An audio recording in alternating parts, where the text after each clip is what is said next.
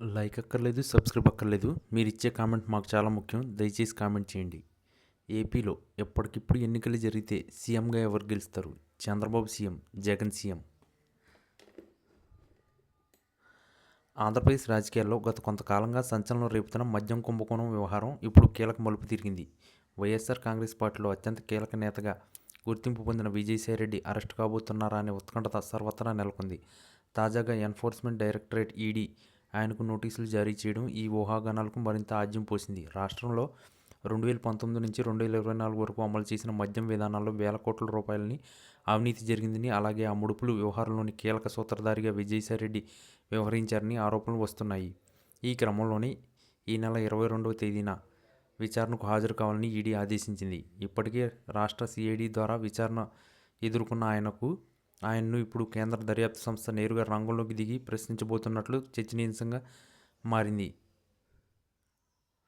మద్యం సరఫరాదారులు మరియు డిస్టిలరీల నుంచి వచ్చిన నగదును హవాలా మార్గాల్లో మళ్లించారని ప్రధాన ఆరోపణను విజయసాయిరెడ్డి ఎదుర్కొంటున్నారు. గతంలో ఆయన ఇచ్చిన వాంగ్మూలాలను మరియు పట్టుమన్న ఇతర నిందితుల సమాచారాన్ని విశ్లేషించిన అధికారులు ఇప్పుడు ఆయన్ను కూడా ఈ కేసులో నిందితుడిగా పరిగణించే అవకాశం ఉందని సమాచారం. సాధారణంగా ఇట్లాంటి ఆర్థిక నేరాల కేసులో విచారణను పిలిపించిన సమయంలో సంతృప్తికరమైన సమాధానం లభించకపోతే లేదా సాక్ష్యాలను తారుమారు చేసే అవకాశం ఉందని భావిస్తే అరెస్ట్ చేయడం ఈడీ శైలి.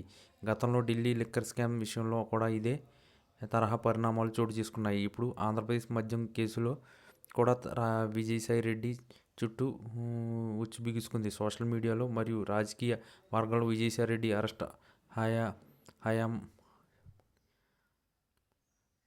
ఖాయమనే ప్రచారం జోరుగా సాగుతుంది. అయితే అధికారికంగా ఇప్పటి వరకు అరెస్ట్ గురించి ఎటువంటి ప్రకటన వెలువడలేదు.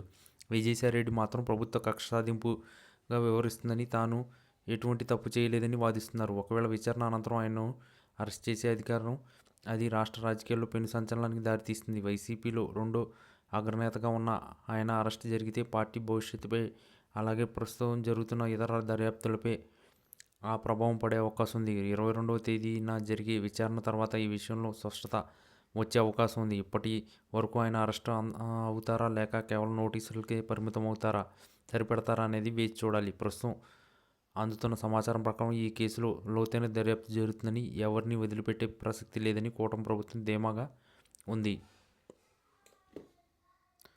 ఈ వీడియో కనుక మీకు నచ్చినట్లయితే please like, share and subscribe channel. మరిన్ని వీడియోస్ కోసం మా ఛానల్ని సబ్స్క్రైబ్ చేయడం మాత్రం మర్చిపోకండి. మీ ఫ్రెండ్స్, ఫ్యామిలీస్ కూడా ఈ వీడియోని తప్పకుండా షేర్ చేయండి.